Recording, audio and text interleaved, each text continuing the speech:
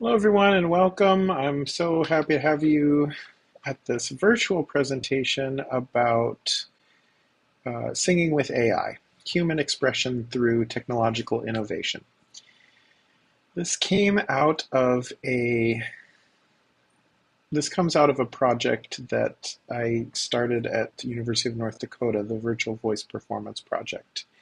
And the point of the project is to connect performers, singers in our case, to technology and the frontier of innovation and what's possible when you connect performance to technology and seek out new modalities of performing and new ways to perform and new stages to be on as opposed to the traditional means which have great representation in higher education for singers. So there's an initial question, and then I have two statements about that. The question you see in front of you and is one that I think is on a lot of our minds with regard to AI. It's not um, uncommon to have worries about losing our authenticity, losing our voices, losing our agency as artists, losing our work as it gets eaten by and then regurgitated through AI. So I acknowledge all of that. And as we acknowledge and contend with those things, I think we also have to figure a way forward. So, how can we work with AI, assuming we want to, and maintain our humanity and artistic agency and integrity? I think it's important to remember that AI is us. It's not human, but we created it. We are programming it. We are giving it the values that it has, hopefully human values. That's a process that's called alignment, if you haven't heard that before, to make sure that it follows the same rules that we all follow basically as humans and with relationship to each other. And it reflects everything that's present in humanity, kind of like art. So remembering that and continue to advocate for that as artists, that AI remain human and connected to and aligned with humanity is important. And the other thing I think that is important for us to remember is that we should and must participate in the technological advancement around us. It's primary of primary importance to society, and we can't go anywhere without encountering AI these days. It's in our email, it's in our music that we listen to, it's in all the social media we watch, all the videos we watch. It's helping to determine our schedules. It's helping to drive cars. It's doing everything everywhere. And so to escape it or not participate in it, I don't think is realistic. And I also think it would be giving up the opportunity to have a voice in how it's developed and to make sure that we stay current with everything that's happening.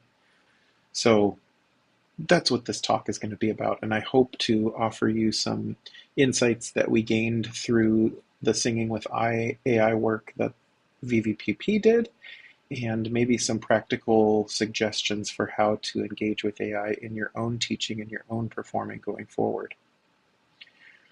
So, Virtual Voice Performance Project, as I mentioned, is at the University of North Dakota now in its third year. It was conceived of 2 years ago. I guess we're entering our third project this school year. And there's a big tentpole project each year, usually a semester-long project or a project of some duration involving a group of students and faculty. And then there are small efforts or individual side projects or things that intersect with VVPP along the way to keep it continuously running and continuously multifaceted. But it's all based around singers primarily, and singers who want to engage with technology and virtual performance. So all the meetings and performances are ideally virtual or at least hybrid.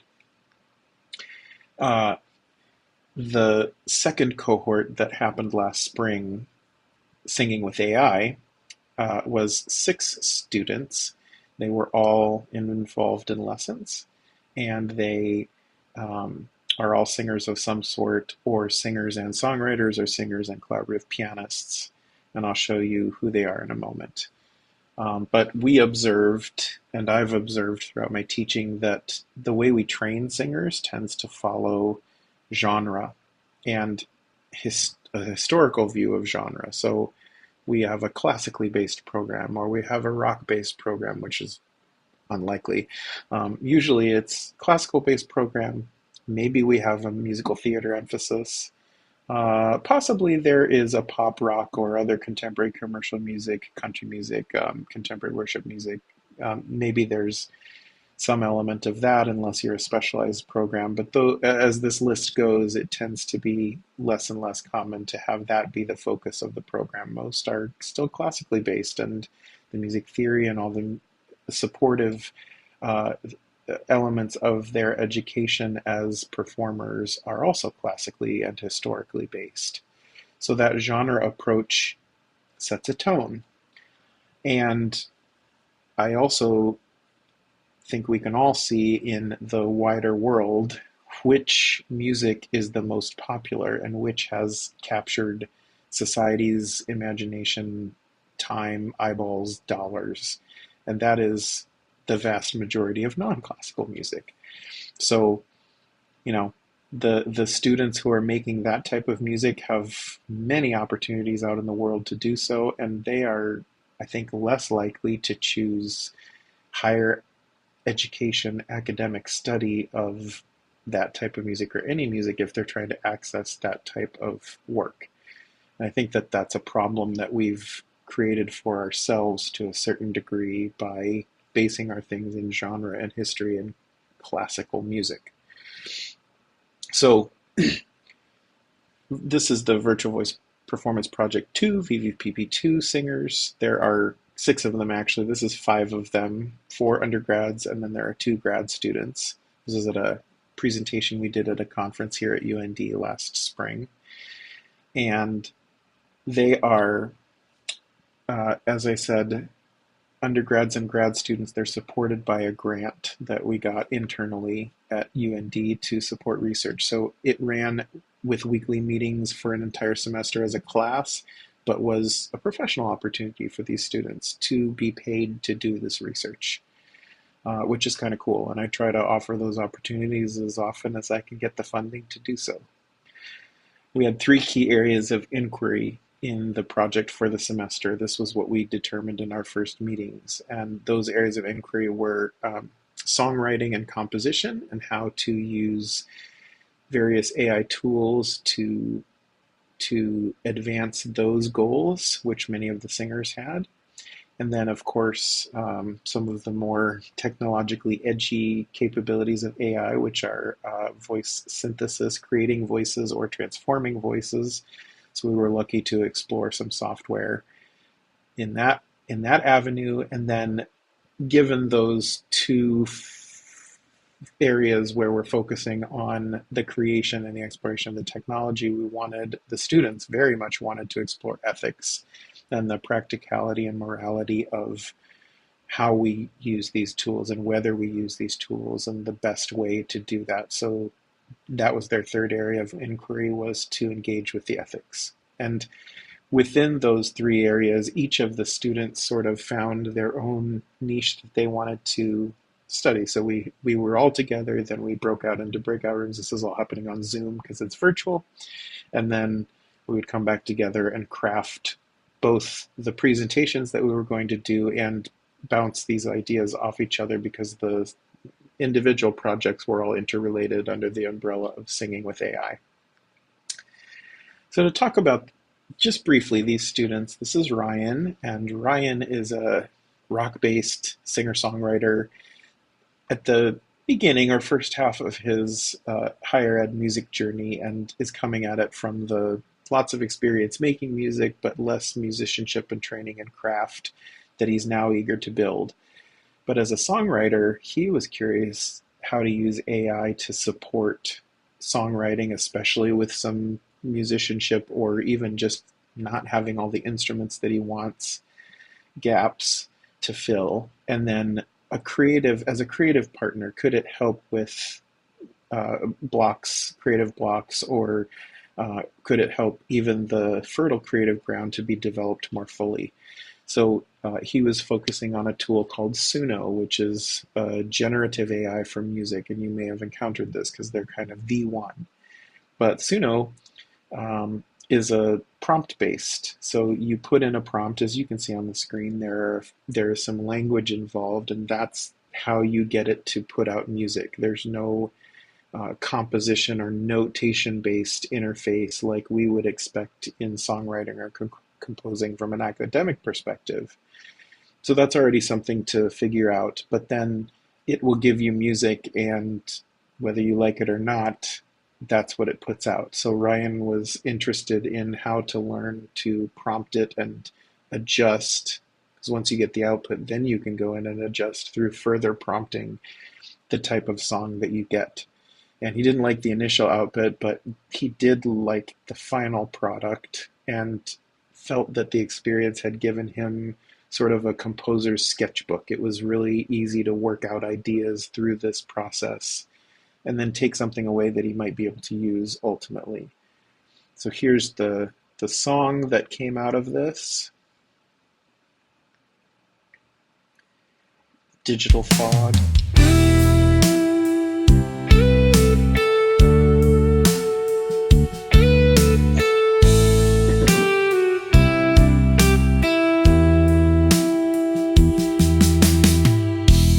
Faces glow in the cold blue light, endless scrolling through endless night. Whispers scream through a silent stream, chasing shadows in a fleeting dream. So that song is fully produced by Suno, and it's the voice and the instruments are all delivered as one package. And that's not Ryan's voice, although it matches his voice in range because he prompted it to do so. And that might show up in another form someday soon in his work and in his jury, even maybe. But starting with that output from Suno, that it gives you a fully produced and recorded song in a sound file. Ikenna here was interested, especially as a collaborative pianist and composer, he was more interested in how to get to the instrumental parts and actually have something that he could use then for further development.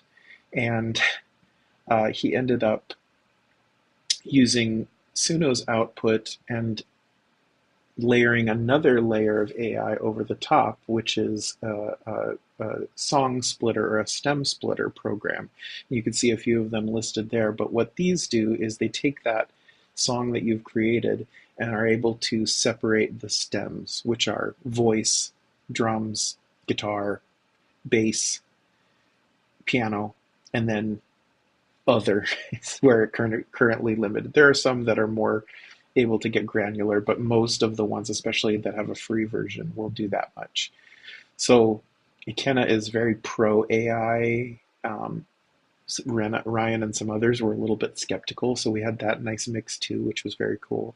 But Ikenna is very pro AI, and he was interested in using it as many ways as he could. So he did this stem splitting, and then he had a piano part that he could use for creating a new melody vocally to go with that, or a drum part that he could improvise his own piano accompaniment over the top and continue to build out the song. And he even went so far as to use ChatGPT and some other generative AI tools that are even non-musical to develop some of those ideas working with the AI along the way.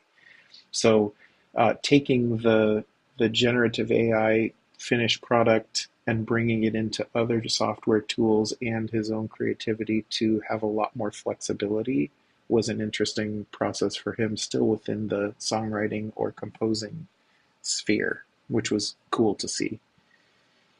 And then Maya here is one of our grad students. She's a grad student in composition and theory and comes from a very classically based and I would say traditional training background. took some voice lessons as a part of her work. She plays many instruments, but she was interested in learning how to sing to be able to write musicals, which is what she's working on currently. And so she chose a different program called AVA, which AIVA, all of this will be provided at the end.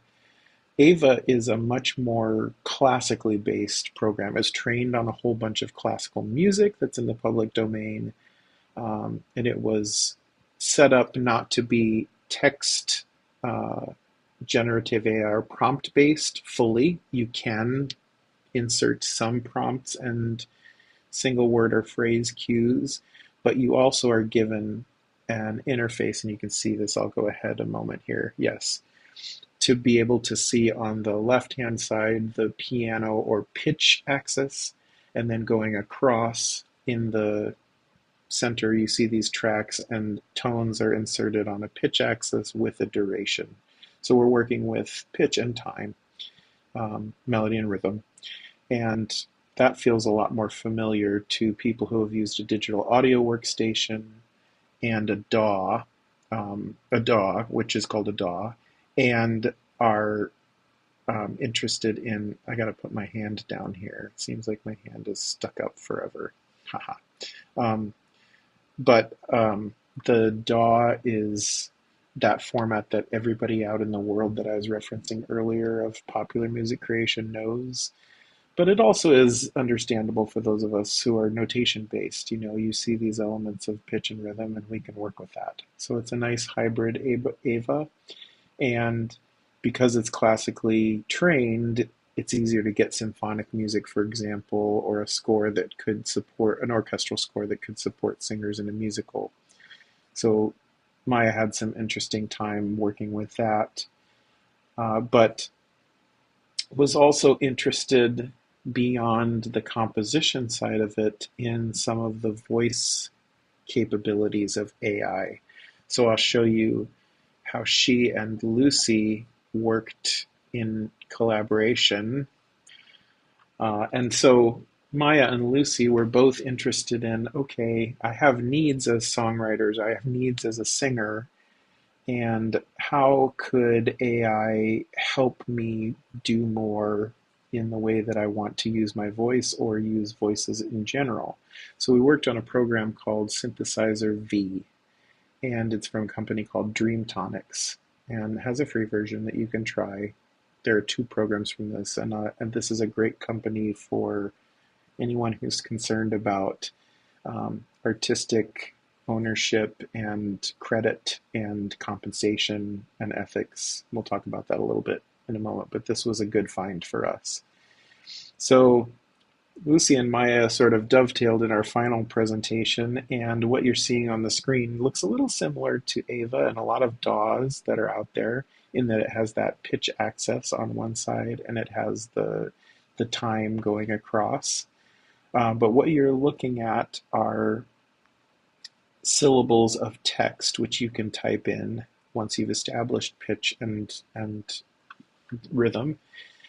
And then you can manipulate how a voice will render that text. One of the cool things about SynthV, and Lucy was having a field day with this, is it has numerous voices available that you can, numerous singers available that you can access. You have to license them, of course, but they are,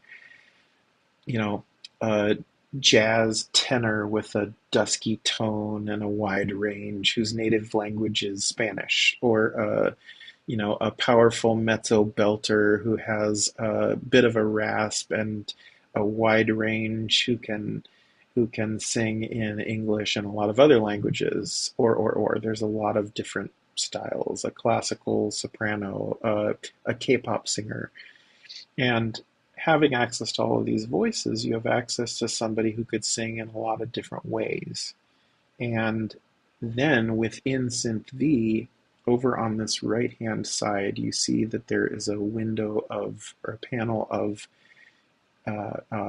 elements that you can adjust. You can increase vibrato, rate of vibrato, amount of breathiness or not, muscularity in the voice, articulation of consonants and diction or not. And it's all very micromanageable and granular. And Lucy was super inquisitive and curious, getting in there and taking three different voices that were provided with the program and tweaking them further until they were exactly the way she wanted them to sound. Well, what does she and Maya want to use this for? Their examples were Maya was talking about wanting to uh, compose and be working on something whenever her schedule permitted, and having the singer available to sing the piece that she's writing if it's out of her range or if she just needs to hear it in a different voice. You don't always have that person around. But if you can work with SynthV and you have already composed in a format that can be imported into SynthV, which is actually very easy, you can have that singer singing that on your own timetable and on your own schedule quite easily.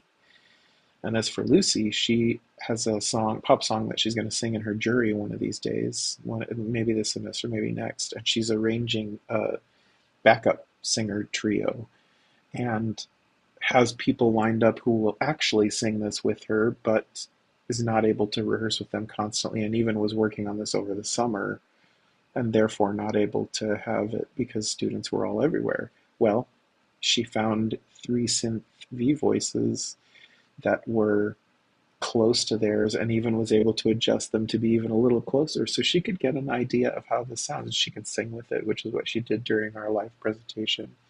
And those are some interesting and valid ways to use AI and these transformation software that I think are worth exploring. So it was cool to see what they did. Um, Another aspect of this, and I won't leave this up much, there's a demo later in the other tiles of this virtual presentation where you can see a real demo of VocalFlex. But this is the transformation software that will take my voice and turn it into Lucy's voice, or create a totally new voice based on some parameters. And it's also from Dreamtonics. And this may trip some triggers and worry, uh, as it did me, but now I'll say, as we pivot toward ethics, that company like Dreamtonics has paid all of the singers to license the sounds that it used to create all of its library of voices, and got consent and was very transparent with what the voice information was going to be used for. With respect to VocalFlex, this transformation software that could have real potential to impersonate or have identity issues, you cannot purchase this or license this software without putting your government issue ID into a program that checks it. I think this is a licensing company based in Kentucky, and they keep a database so that your ID in this database is watermarked or is linked to your license of the program, and anything that you create using VocalFlex is watermarked with that ID so that they could trace it back to you if there were some identity issue or some nefarious activity that was created by this program. There would be a way to trace it. That's not a complete answer, but I think the efforts that some companies are making toward giving attribution, gaining permission, offering compensation, and providing some security around these tools is reassuring to me. And I want to support those actors in doing what they are doing more so that the industry continues to shift that way. I'll give you just a little view here of VocalFlex. This is another song that Ryan, one of our first students, made. And it had an AI voice, but happened to record about 10 or 20 seconds of each of the VVPP participants, including me. And then you put it into VocalFlex, and pretty quickly, without a lot of manipulation, you can have a lot of our different voices singing elements of the song. And if we had played with it longer, we could have refined it even more. But here's how that goes. Ryan was using Suno to make a song and didn't like the voice that it produced, so I thought we could play around with some other options in VocalFlex. We all recorded voice samples, and you'll hear us all singing this tune, starting with Ryan's voice sample. The system's way, it crushes my soul. Every step forward, there's a dugout hole. That's the Chains of composer. Babylon are tightening, but freedom's smooth scroll where they've never been. Babylon falls where the truth stands tall. And that's Maya from before. Cold walls. They can't mute the sound of the waking drum. We rise up strong till their reign is done.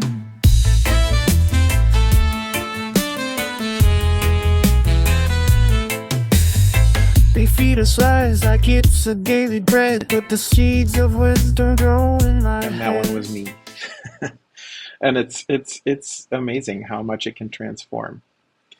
If this brings up any concerns for you, or you're seeing the potential for misuse, you're not alone. I think a lot of us have worries, and that's why all of these students were interested in examining the ethics and trying to find ethical ways to use it and recommendations for how to be ethical using AI. Isla is a singer, a very good singer, but she's a pre-law major and wants to work in ed law and is very interested in the intersection of law and music and technology. So she was cool to have in this project and led the development of an ethics component to the guide for performers and pedagogues that I'll share at the end. And she really did some excellent work too in reaching out to the various companies that created the tools that we used, Suno and Ava and Dreamtonics and others, to get their statement on ethics if they have one. Interestingly, we did not hear, and I even got into it thinking maybe with whatever heft a faculty member heading a research project could offer, we thought maybe we would get a response after she did the initial outreach, and still we heard back from fewer than half of these companies. And then some we did hear back from said, we don't discuss that. I wonder why. And then some, like Dreamtonics, had very well documented and even printed on their website thoughts about all of this. So there's a real range, and the ethics is probably lagging, 10 or 12,000 light years behind the advancement of the technology. So this portion of the project was great to engage in, and I hope you'll check out that part of the guide. Our final student, Zhangling, is a grad student in music education, and she's interested in AI for music education applications, but also just interested in that and is a singer herself. She worked a little bit around helping to craft the guide that would be delivered via our website to performers and teachers who want to use AI. So she did some organizational work and some explaining work and created some prompting, how to prompt documents when you're working with generative AI, and is very interested as well in the ethics of it, especially for music education. I'll put these up here quickly, and then they all show up in our guide later. Access and equity are an important both thing to consider with AI. Do people have access, and is it equitable? But we're curious, especially given that there are so many free options currently, does this improve access, or can it improve access? And offer opportunities to people who are geographically or situationally or physically or mentally in some situation where they don't have access. Could this help create more? It's an interesting area to explore. That's where Zhangling is interested. So we have some final recommendations. And I hope that, having heard from some of the experience that the students had working with AI and hearing me describe this, you will go further into the presentation, the stack that I have for CMS, because each of their full 7 or 8 minute presentations videos are there. I encourage you to check those out and watch what they did, because it's pretty extraordinary and I think very helpful for us, all of us, to learn from. But the overriding recommendation we have first is to work with AI. Do work with it, but with, not instead of. So don't ask AI to do something for you. Ask it to do something with you and think of it as a collaborator. There's a researcher named Ethan Mollick, who you may know of, who's kind of one of the fathers of AI research and a promoter of AI. And he calls this process cyborging, um, being a human, but extending your capabilities through AI so that you could do a lot more and a lot faster and go farther. And so I've experienced that feeling when working with some of these tools, as have the students. And it's cool, and it has a lot of potential, but you should be at the center of it instead of surrendering to it. So that's one of our recommendations.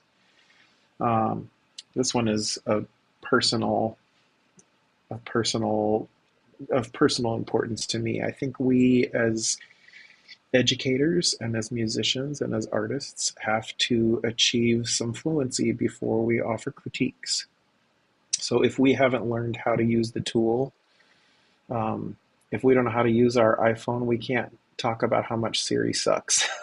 She may, in fact, be terrible, but you have to know how to use the tool to a degree of competency before we we start to level critiques or opposition against it.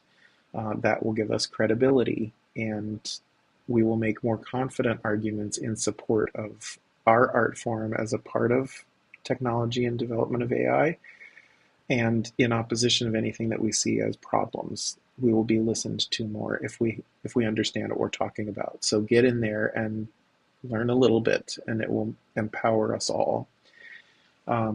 I also think it's worth considering that the people who are creating this technology and moving it forward at lightning speed are creative, and it's their work and ambition and vision to create something that they believe is adding value to the world and doing good in the world. So who are we to tell them no if we expect them to support our vision and our creativity?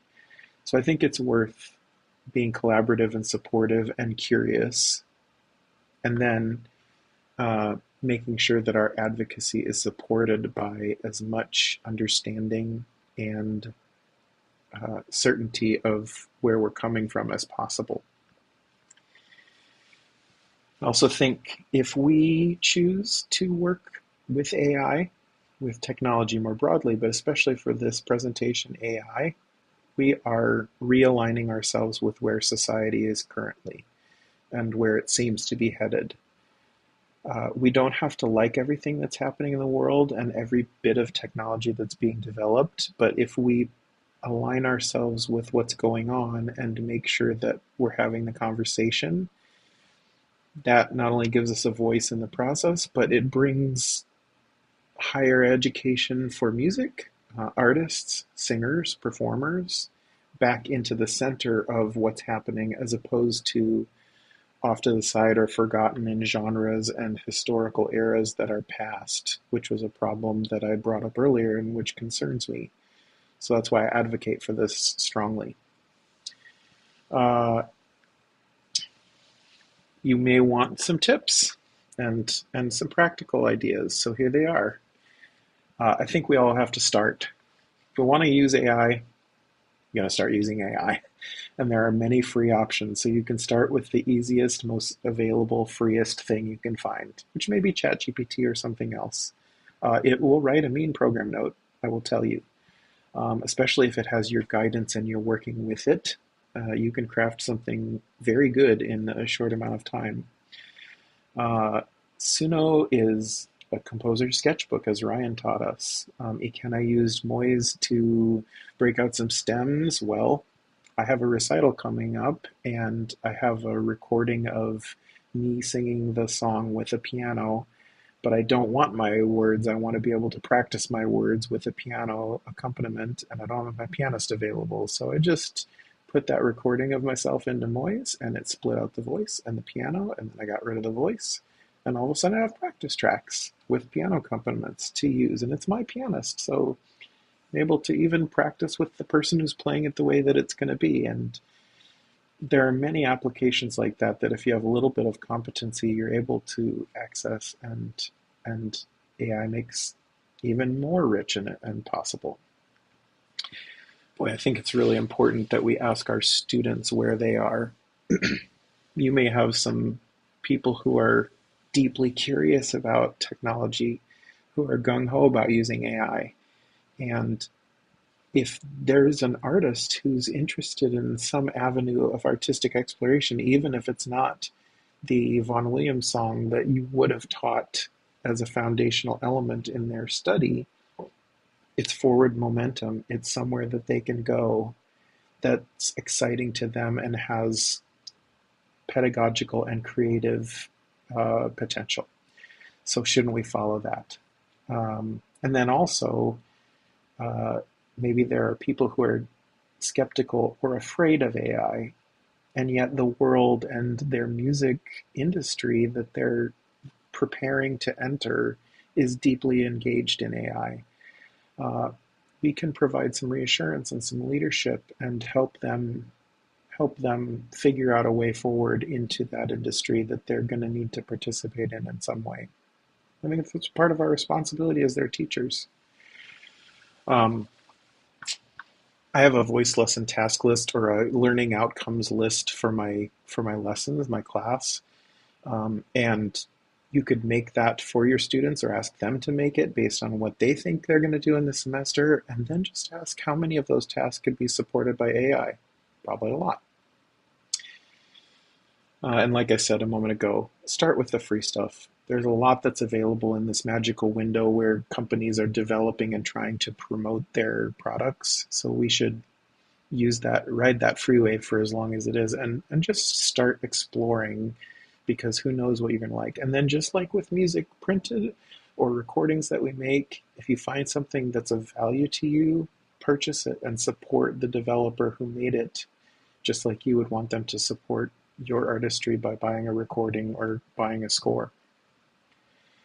I also think you can't have AI week or AI day because the world is just enmeshed with AI all the time. So we can't just engage in the moment. We have to scaffold this throughout and try to weave it in so that competence and confidence are being built and grown in a sustainable way.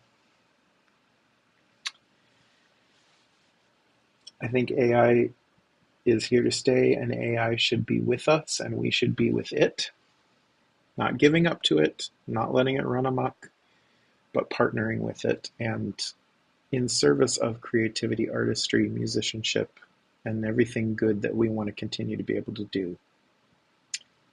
There are several other tiles if you go back into my presentation stack, demos of some of the technology, and most importantly, our guide for performers and pedagogues, Singing with AI. The students did a great job of creating a clickable, interactive site for you to explore, and we really hope it helps and provides a jumping off place for you. Their videos are there as well, as I mentioned, and some technology demos and some songs that they wrote. So please check some of that out. And you can see a QR code there for the guide directly if that's what you're most interested in. But the website for Virtual Voice Performance Project is there. And if you have questions, please reach out to me through the presentation stack or by emailing me at the website there. I'd be happy to talk more about technology and AI and what we're all going to do about it and what amazing singing and creating we're going to do. So thank you for your time. Really appreciate you being here, and look forward to seeing you virtually or in the real world sometime soon.